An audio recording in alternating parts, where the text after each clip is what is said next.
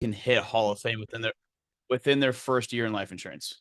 Yeah, definitely. First thing is spending your way to wealth, not saving it. Because what do we get paid to do is definitely, you know, write applications and close deals, not just dialing the phones. Like you could tell me you dialed 300 times a day, but if you only talked to like 10 people, then you maybe had a couple, maybe one or two presentations out of it. So once you kind of really learn how to actually sell, definitely buy your time back, reinvest that money as much as you can. I mean, this is like you're putting a quarter in a gumball machine and you're getting $50 out. Why would I not be putting it in every time?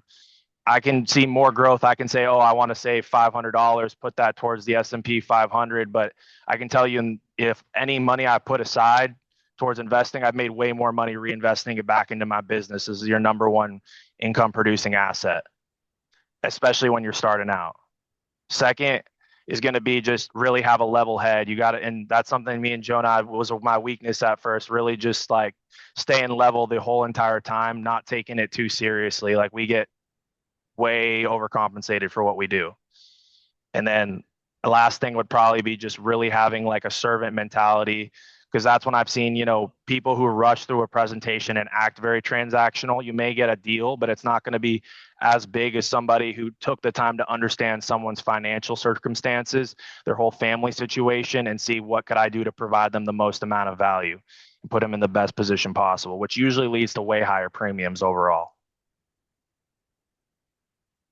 One thing that I always thought that was all phenomenal. Thank you, Ryan. One thing that I'd always think about if I ever, because we're all in those presentations where we get flustered, where we have to re-explain equity protection for the 17th time to Mary because she just doesn't understand it, and she still thinks we're covering the entire mortgage.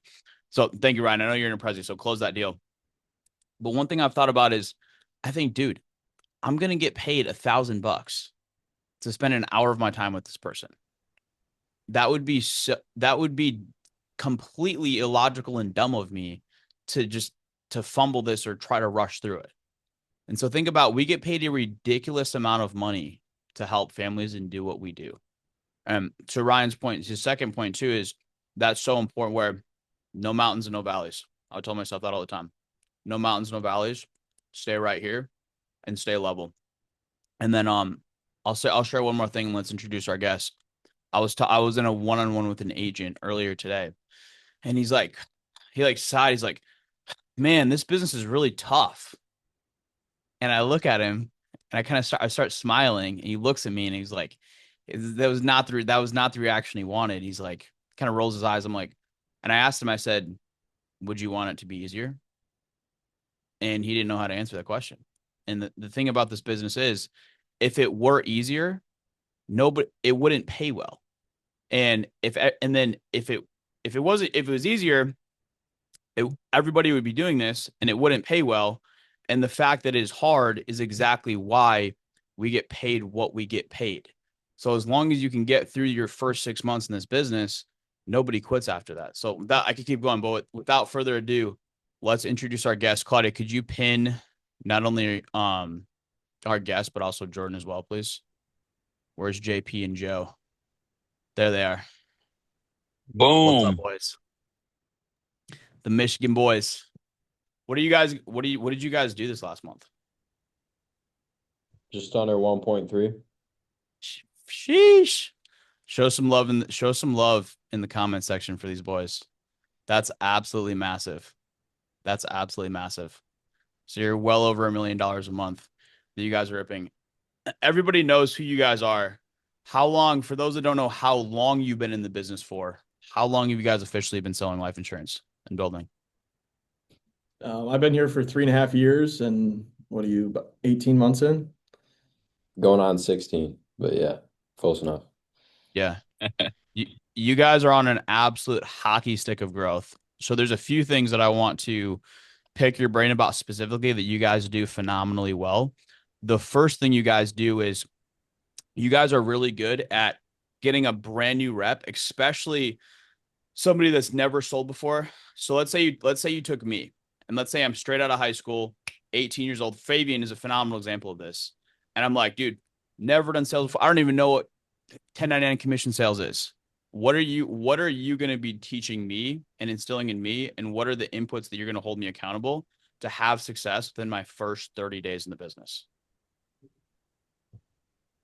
Yeah, I think everybody's heard the saying sales is probably 80% mindset. I would argue it's even 90%. So I think that's the first thing, and Ryan already hit on it. So it's fresh in my mind. I'll piggyback off of it. But a lot of these that people that we're bringing in, our team is probably one of the youngest teams in Pinnacle. So that's a advantage in some aspects, and it's also, something that we have to work on too. So I think it's just getting these kids in the right headspace. We have people that are coming in 17, 18, 19, the 17-year-olds, they're setting appointments and then they're ripping the phones as soon as their birthday rolls around, which is cool. But a lot of people that they haven't really seen, too much of the world, or like had like crazy experiences where they've had a calloused mind. And like, yes, we have the door-to-door population here too, probably a good, 30% of it, but the other portion, we had to pretty much put them through their own type of little gauntlet.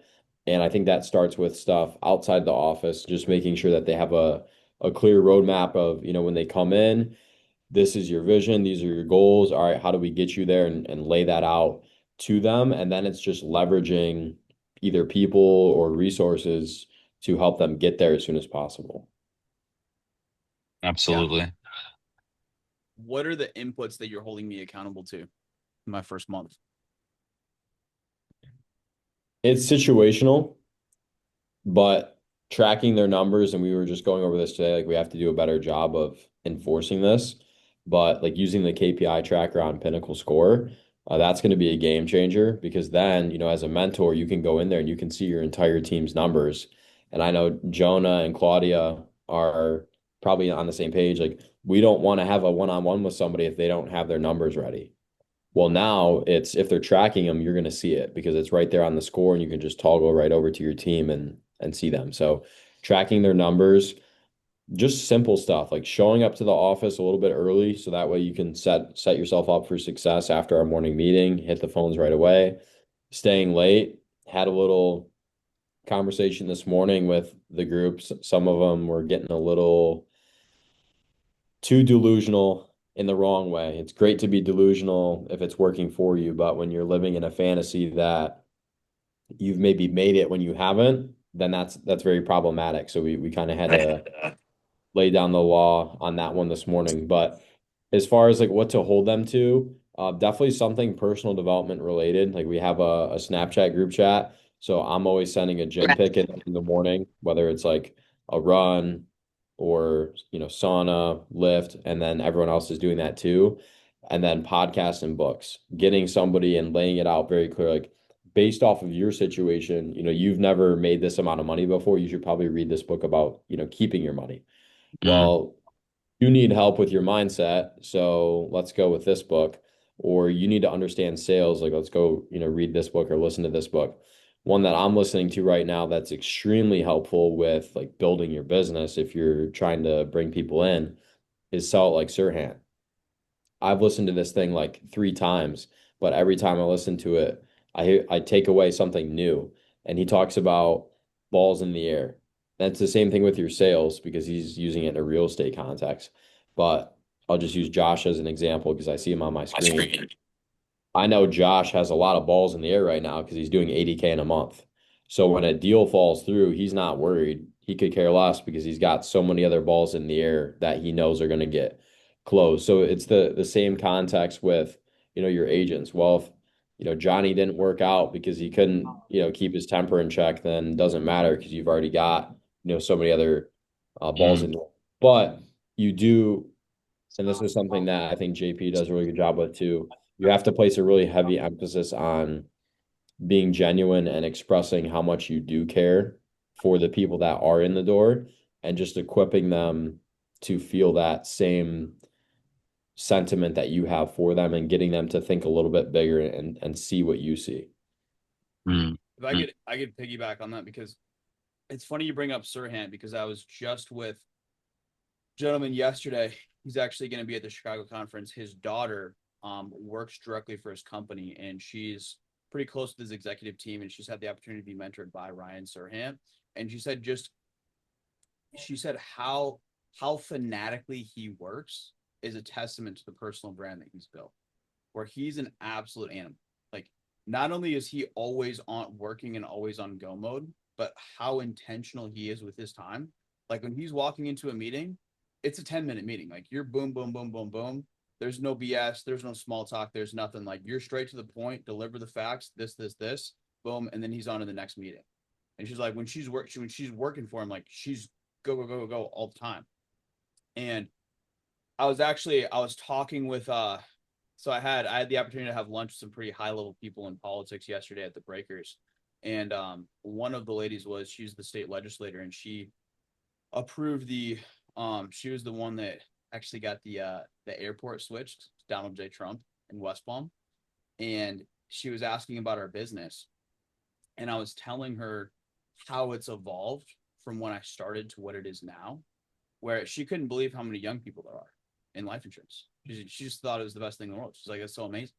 And it was funny because me and Claudia always joke, is like, Claudia's like, well, Jonah was really my only option because everybody else was old. I'm like, well, that's fair. Like, and that's how it was. There was no young people when I started in this, but Jordan remembers. It was all 40 and 50-year-olds. So the fact that not only we have this opportunity at our fingertips, but there's an influx of 20-year-old kids that have the opportunity to make deep six figures, man, that's phenomenal. And a lot of the people on this call don't realize it because they're either so new or they're so in the weeds of this business, but we are truly revolutionizing the life insurance industry, and we're changing it for the better. And so I think that's really cool. And we're a part of genuine, like, we always say this, but I think some people don't really grasp or think we're just saying it to hype people up, but there's legitimately been no better time to be selling life insurance than right now. Like, I hate even talking about back in the day because people think I'm just trying to, back in my day, we had to walk uphill both ways, but it's really the truth, where it has never been easier. So that's one perspective that's always helped me, where, because I came from and I saw it, and that's what fires me up and forces me to continue, or not forces me, but inspires me to continue working and continue pushing every day, because it's just going to get easier and easier and easier as time progresses, especially with AI. I want to double down on something you said, Joe, and then JP, I'd love to hear you too. So, you're saying, like, obviously you're really extremely into your personal development and your professional development of your guys, but it sounds like you're really getting to know each individual and what they actually need to improve at, like what their strengths are and what their weaknesses are. Are you doing that through like goal setting early? Are you doing that through like vision, and having them like visualize what they want their business to be like? What are some great questions you found that work really well for you guys that get you to kind of understand your agents as a whole nother level, right? Because the biggest thing is personal development will allow them to stick around long enough to get through that learning curve. And because they're improving, what are some like great questions, and what's kind of been your, how do you cast the vision for new agents, to being an agency owner, to going from a career agent to being in leadership? Yeah, man.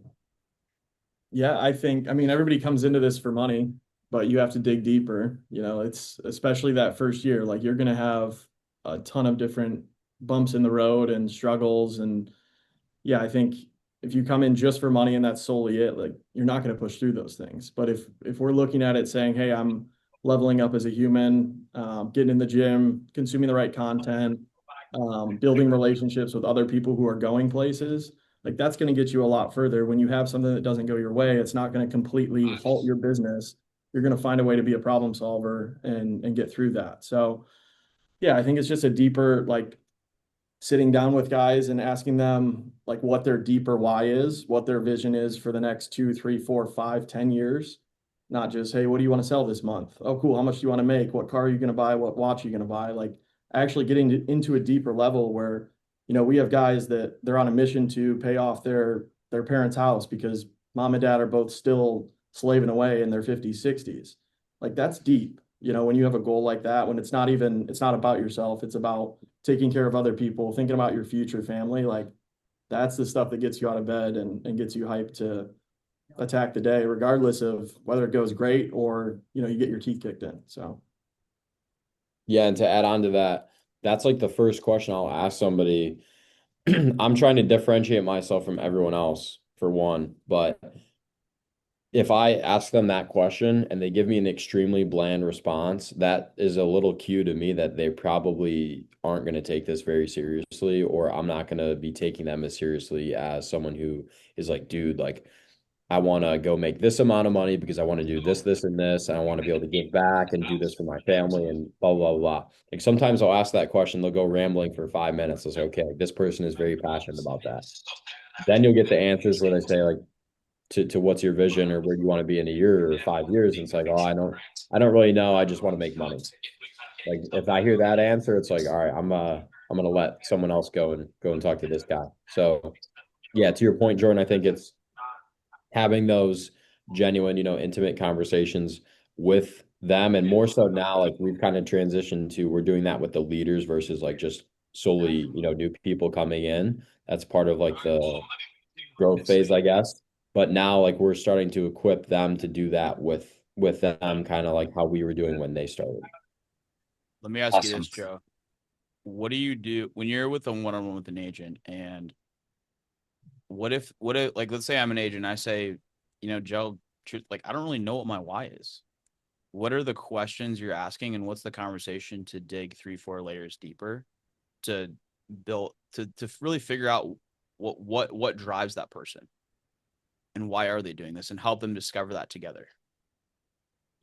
A lot of times I'll try to find out more about their background. Like a lot of these guys, they played sports.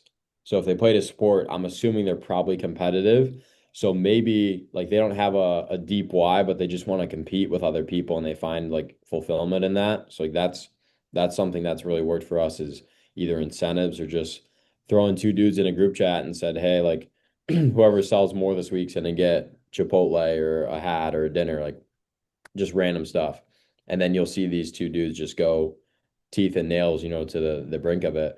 But really just I love that, bro. That competitive battle. Like, I don't care if it's for $1. Like, I'm gonna win. Like, bring it. Like, I'll literally stay till Sunday night because I don't want to lose. It doesn't matter the monetary value. It's the competitive spirit. It's like the football drill where you lay on your back. Michigan, you just freaking run each other over. The person with the most heart's gonna win the battle. Yeah, I love that's that. perfect, because that leads me to the next segue of what I was going to ask you guys, where you guys also have a very tight-knit culture, which I love. I'm a big culture person. What are some things, let's subcategory from that. What are some things that you do to build better culture? One of them is being incentives. So I want to dig deeper into that topic specifically. What are some effective, just fun incentives and competitions that you guys have found have worked for your team in your office? My personal favorite, it's called the Eliminator. We've done it twice now, and it's basically, we've done Lions tickets, and then we did like a golf outing with custom golf bags as one of the prizes for it. But everybody's in day one. If you bagel, you get eliminated. If you show up after 9:15, which is when the morning meeting starts, you get eliminated. And you go until there's however many slots we have for the prizes. We just did 8 for the opening day Lions tickets. So you go until there's 8 guys left, and the winners, they go to the Lions game. When we did it last year, it got down to 10 people after like 2-3 weeks. And then it was like a month and a half that those people just were all fighting every single day. And it forces you to make sacrifices because like people had plans on Saturday or say Friday night. They have to cancel those plans because they don't have a deal up. They can't leave the office, and they're winning that incentive. So that's been the most successful one we've had. I think it's bred the most competition of anything. All right, how long did you guys run it for? Just until they're, Until it was done. Until it was won. We said, hey, we have 8 Lions tickets for opening day. How long did it go for though? That one went a little bit over a month. Let's go. Yeah. Fire. I like that. Bro, because guess what? When you make a decision and the decision is so clear that you're going to get a deal that day, it all starts here. Like everything in this, if I told you I was going to it's kind of messed up to say, But if you're a new agent and I told you I was going to, like my dog is sitting right next to me, okay? If you told me, Joe, that you were going to kill my dog if I didn't come home with $300 a month of premium today, and I was 0 for the last 30, do you think I was coming home with $300 of premium today? Whether it meant walking the mall, calling friends or family, calling referrals. Like, bro, I would do anything for my dog. I would do anything for my kids. I would do anything for my business. And so that's when I laugh at people are like, bro, you can't, like, oh, I need to sell 20 grand. Bro, go get the job done. Like, don't come home, oh, I got to go to this wedding and I got to go to this. Okay, get the job done, and then it's a lot more fun to go to events. Sometimes you have to say no before you can say yes, right? And so, like, it's like Josh just put in the chat, no excuses. Well, dude, it's like, it's that serious. Like, it's literally that serious. Either you write the premium or you're going to be out of business in 4, 5, 6 months. So it's like, bro, it is that serious to me. Like, and I know it's that serious to you guys. So, like, get the job done, get the app done, get the signatures done, and then say you're going to have to say no to some things for the first 3, 4, 5, 6 months so that you can say yes to things later in life. I want to add something too. That was phenomenal. Well said, Jordan. Guys, raise your hand if you enjoy working Saturdays. All right, I hear you guys. Okay, if we're being honest, almost no. I was that psycho that loved running business on Saturdays. But if most of us, we don't want to work Saturdays, right? So earn the right to take Saturdays off. Think, hey, I have a goal this week. If I don't do at least $10,000 this week or 20K or whatever your non-negotiable is, I'm going to be in the office Saturday. And guess what? You're going to be a lot more intentional and you're going to be a lot more dialed in during the week because I don't want to freaking come in here Saturday and I don't want to work Saturday. So you have earned the right to take time off. Same thing when you're new. Nobody wants to come in on Sundays. That's for sure. But when you're new, dude, I did it. You got to figure it out. Like, you got to do what you got to do. If I don't have money in my bank account, what else am I going to be doing on a Sunday? Nothing. Everything costs money. So I'm going to be in the office and until I can at least afford to pay my rent and pay my bills. And same thing, I earned the right to take Saturdays off. I worked every single Saturday. I left my house at 7 a.m., got back at 10 p.m. for the first 3.5 years, 4 years. I was either in the field or in the office every single Saturday. And it's finally gotten to the point now, 4 years into the business. Well, actually, no, because when we moved to Tampa, I did 7 months where I still came in every Saturday. Say 5 years later, I earned the right to, I don't go into the office on Saturdays anymore. But it's a progression. And so some people look at that, and whether it's not coming in the office on Saturdays or whatever it is, I don't know if you guys come in the office on Saturdays or not, but some guys, let's say you don't, let's say some guys look at Joe and JP and say, oh, well, if Joe and JP don't go into the office, or if Jonah doesn't go to the office on Saturdays, well, I'm not going to go in. Well, that's the wrong question to be asking. It's not what do they do now? It's, hey, what did they do to get to where they are right now? That's what you guys need to be asking yourselves.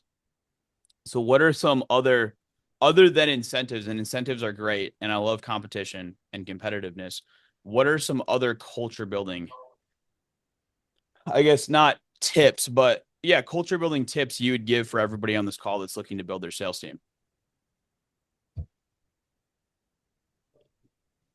We try to do a lot of stuff outside the office. So for example, like now we're getting to the point where guys are starting to do like their own little team event. So it's not just a Visionaries event. Like it's Tommy Harris or Joe Hogan and Hunter Picard or Dan Cullen and Gage Grooms and so forth. So I think those are really healthy. And then you start to breed competition within those little groups and they kind of create their own little subculture. So that doesn't have to be anything crazy. That could be a team dinner. You go bowling, Top Golf, go to the park, go to the beach, like just get creative. So those are great.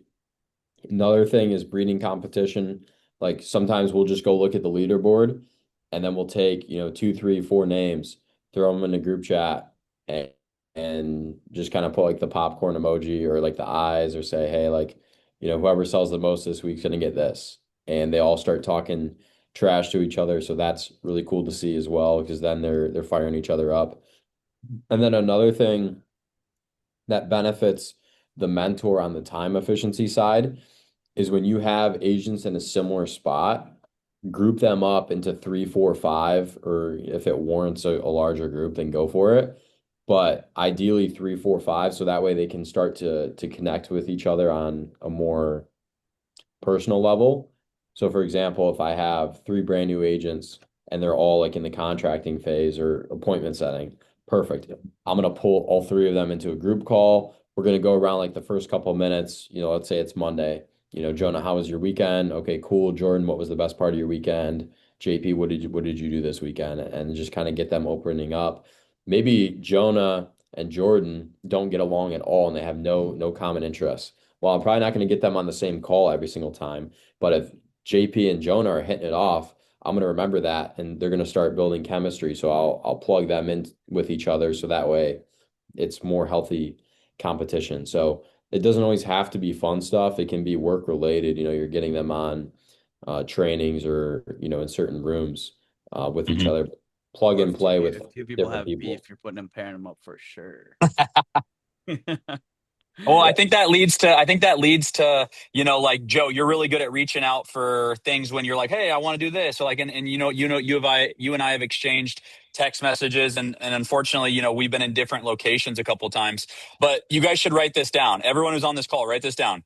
Your network equals your net worth. And in this business, this business is built event to event. So like when you're in Chicago, it's going to give you the ability to meet guys like Joe, to meet people like JP, to meet people like Travis Vincent and guys that are selling at a high level. And you should have questions ready for them. Hey, what type of leads are you working? What do you say when the client wants to talk to their kids? What do you say when they want to think about it? You as a new agent should go to these events and get guys like Joe and JP and everybody in this, and you should have questions ready. It's not like, hey man, I really look up to you and can I like ask? No, it's like, hey bro, what do you say when they want to think about it? Hey, how do you master the invitation to get people to an event? How do you invite people to the office to check out the opportunity? Like this is your network. Your network is your net worth.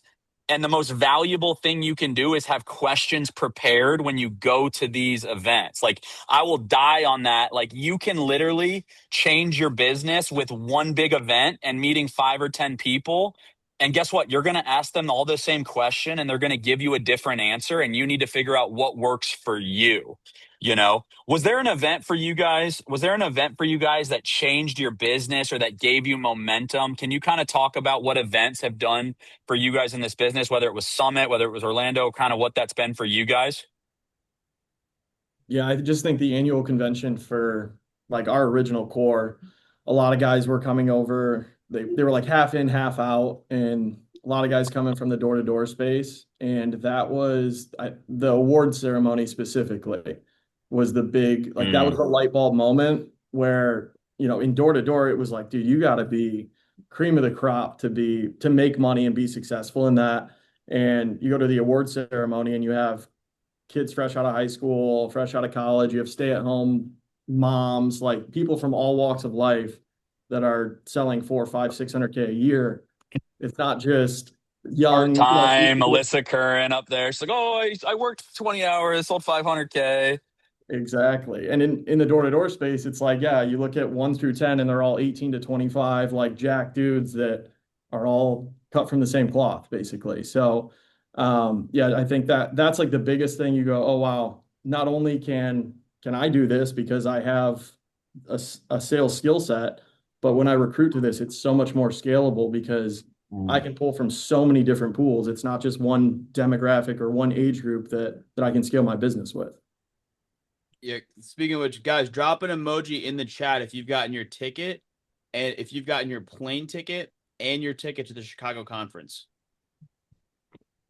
Incredibly, every single person on the Zoom should already have both of those. If you don't, right now, while you're listening to this call, go online, get your plane ticket, get your ticket, whatever you need to do, you got to get there because to what they said, I can relate. I would not be in the life insurance industry right now if I would not have gone to that first event. I would have Mm. failed out of the industry. That's a fact. So Same. the best thing you can do is not only get yourself there, but get as many other people there as you possibly can because it's going to be Come on. powerful. And everybody's going Come to on. do the work for you. Like if I got somebody I'm trying to recruit, all I need to do is get them there. And then when they hear all the other speakers, they meet everybody, they see everything, they're dude, done. Where can I sign up? Bro, I tell people, Jay, I go, if you're not coming to Chicago, I'm gonna block your number. Like, Yeah, like straight up. you can still work here, but like, don't call me for help because I'm gonna say, well, actually, we just covered that in Chicago. Oh, I need to make $2,000. Okay, well, if you come to Chicago, you're gonna make 20 grand in the next week or two. So like, if you don't come and you want to work with me, like, don't expect for me to answer the phone call. Like, I'll answer the phone call at 11 p.m. at night if you work your ass off. Like, I'll be like, babe, I gotta go take a phone call. She's like, go do what you gotta do. But if you don't put in the if you don't put in the effort to come to the event, you might as well quit now. Yep. Because they will be out of the industry if they don't play it. The moment an agent isolates himself and puts himself on an island, it's a matter of time before he falls off. That's a good segue into what I wanted to ask you guys. My next question is, speaking of culture, how protective are you guys of culture, and what is your protocol to handling people that come in with a negative mindset? Where it's, oh, it's the leads, it's this, they're doubting the opportunity, they're doubting the leadership, whatever it may be. Give them an opportunity to change or get rid of them. Yeah. Really? Yeah. What does that look like? Sometimes they don't really know because they're probably conditioned to it with their environment. Yeah. So a lot of times, like the first step for them is just awareness. So pointing it out to them right away as soon as you identify it, that way you're not letting it drag on and become more of a habit, around other people. So awareness is step one, and then giving them like actual ways that they can correct it, I think is very beneficial. But then the ball's in their court. And if they're not willing to at least improve on it after X time frame, and I would almost give them like a deadline, then pretty much telling them, hey, if you're not able to get this sorted out by this time or at least improve, then we're probably just going to have to reevaluate whether or not this is even for you at all. Because, and I even phrase it of because of what we have, like we're extremely intentional with who we bring in. So you even coming in at this point, like we were taking a little bit of a risk on you because we see X, Y, and Z in you. But even with that being said, even if someone's, doing 200K a month on their personal pen, that doesn't matter if they're not fitting, the standards that we have. Yep. Yeah, I think we is something we that I just avoid. do not. I have zero tolerance for. Zero. Sorry, I didn't mean to cut you off though, JP. JP, yeah, JP, rip it. What were you gonna say? I was just gonna say, like we've had a handful of times we've had to do that, but I think it's less common for us because we don't recruit out of desperation, and we are not the shiny object guys. We're not going to Yeah. throw comp at people. We're not going to tell them they're going to get rich quick. We're not telling them it's easy. It's not sunshine and rainbows. Like genuinely, I did a recruiting call like 2 hours ago, and the guy was like, man, I've talked to so many insurance companies, and every time it's the same thing.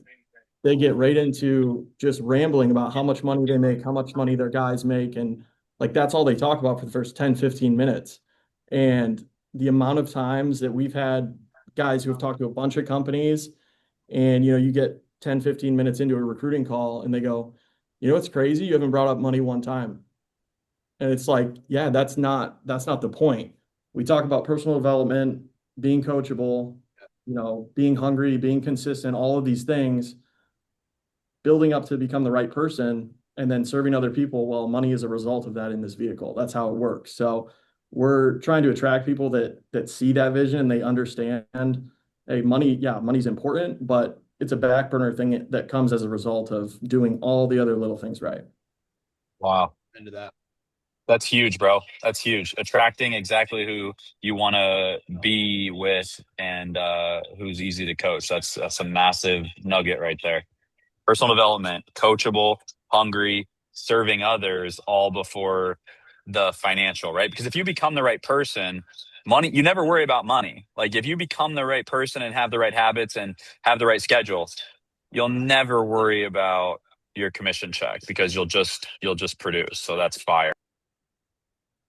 Making money is not hard. Becoming someone of character is. That's the real word. What are I love this at the end of your boot camp, because I've seen your school academy. You guys have a book recommendation list for all of your new agents of books to read. What are those books? I can pull it up real quick. I know some of them they're based off of certain categories.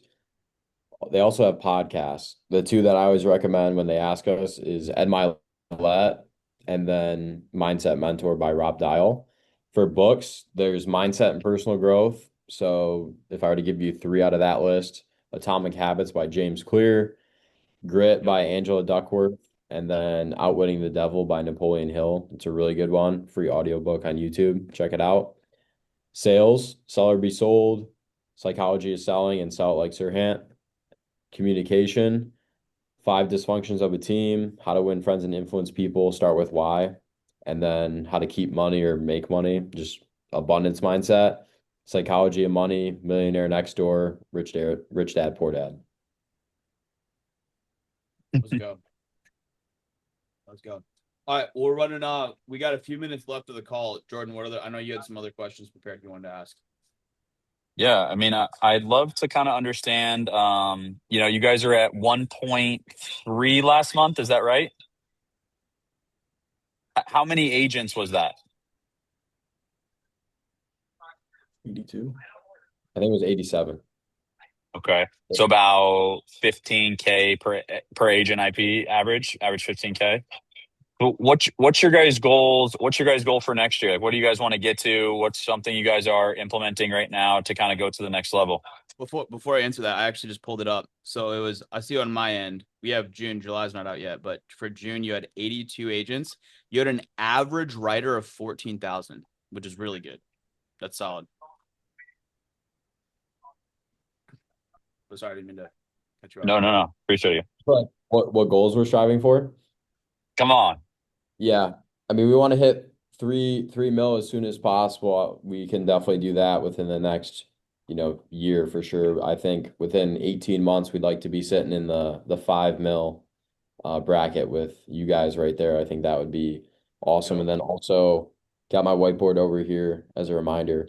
But right now, our biggest team isn't doing enough. So we want to get like these leaders that are really doing a lot, doing, 500K, 750, a million themselves, and really helping them, get to the point that we're at as soon as possible. So for me, I'd say 5 mil within the next 18 months and then get a couple teams, doing the million plus.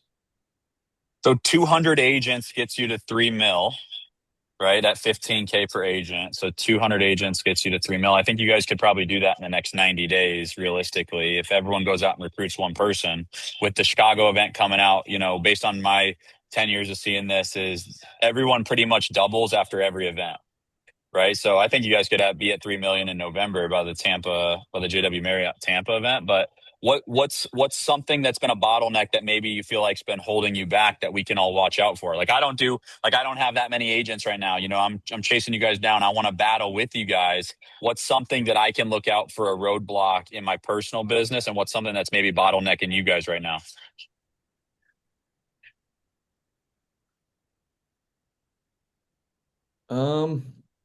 I would say our biggest bottleneck right now is we have one massive office. Like when we talk about it, we need to start spreading out. We need to take these core leaders and they need to get thrown into the fire because I think there's a certain level of like coddling where, we're taking care of everything. We're running the show.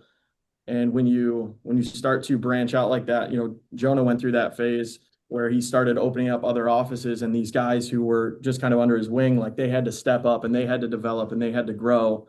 And I think that's where that hockey stick really takes effect. Like you can only have so much production under one roof, but once you start spreading out, like that's where you scale. So I think that's the next phase that we're going to be in, in the next 12 months. Like that's what we need to focus on. But the key to that, like Joe was saying before, is these guys with 150K teams, 250K teams, not only do we need to get their production higher for their team, but we need to develop them into the people who can manage a big team without it falling apart and who can take on all these extra responsibilities and, have tough conversations, make tough decisions and, build that business acumen. Joe? Yeah. Yeah. I was going to You add said something Jonah. real quick. You say Joe or Jonah? Go ahead, Joe. Go for it. Either way. As far as the summit, that's something that we've really, really pushed. So we have, I believe, on the graphic, if it's up to date, 87 licensed agents, but we have 137 people coming to the event. So to your point, a byproduct of, 6 months from now is probably going to be this event. So I'm very excited to see like what that looks like. But I think it's really just some of these people, like their belief and obsession level kicking it up a notch and like doing more of these events, doing more of the lock-ins and getting them plugged in with those types of people to go from, doing 0 to 10K to doing, 10, 20, 30, 80, 100K and just increasing their belief.